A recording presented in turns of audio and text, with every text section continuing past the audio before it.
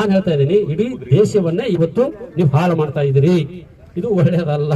ಅದಕ್ಕೆ ನಾವು ಹೇಳಿದು, ದಯವಿಟ್ಟು ರೈತರಿಗೆ 3,500 ರೂಪಾಯಿ ಕೊಡ್ರಿ, ನೀವೇನ್ ಸಾಯಂಗಿಲ್ಲ, ನಿಮ್ಗೆ ಗೊತ್ತದ ನೀವು ಎಷ್ಟು ಹೊಡಿತೀರಿ ಎಷ್ಟು ಮಾಡ್ತೀರಿ. ಅದಕ್ಕೆ ನಾವು ಹೇಳಿದೇವೆ, ನಮ್ಮ ಮುದ್ದೇಬೇಳೆ ತಾಲೂಕಿನಲ್ಲಿ ರೈತ ಸಂಘಟನೆ ವೀಕ್ ಅದ, ಬಹಳ ವೀಕ್ ಅದ ರೈತ ಸಂಘಟನೆ ನಮ್ಮಲ್ಲಿ.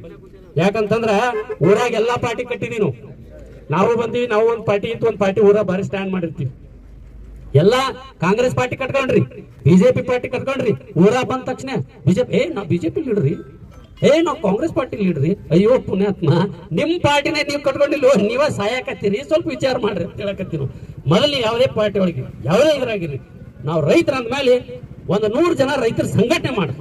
ಯಾಕಂತಂದ್ರೆ ಯಾಕೆ ಬಹಳ ನೋವು ಅನಿಸ್ತಾ ಇದಪ್ಪ ಅಂದ್ರೆ, ಬಹಳಷ್ಟು ಜನ ಹುಡುಗರು ಕುಂತಾವೆ ರೈತ ಸಂಘಟನೆಯಿಂದ ಹೋರಾಟ ಮಾಡಕತ್ತಾವ. ಇವ್ ಕೆಲ ಜನ ಫ್ಯಾಕ್ಟ್ರಿ ಅವ್ರು ಬರ್ತಾರ, ಬಂದ್ ಏನ್ ಮಾಡಕತ್ತಾರ ಹೆದರ್ಸ್ತಾರ,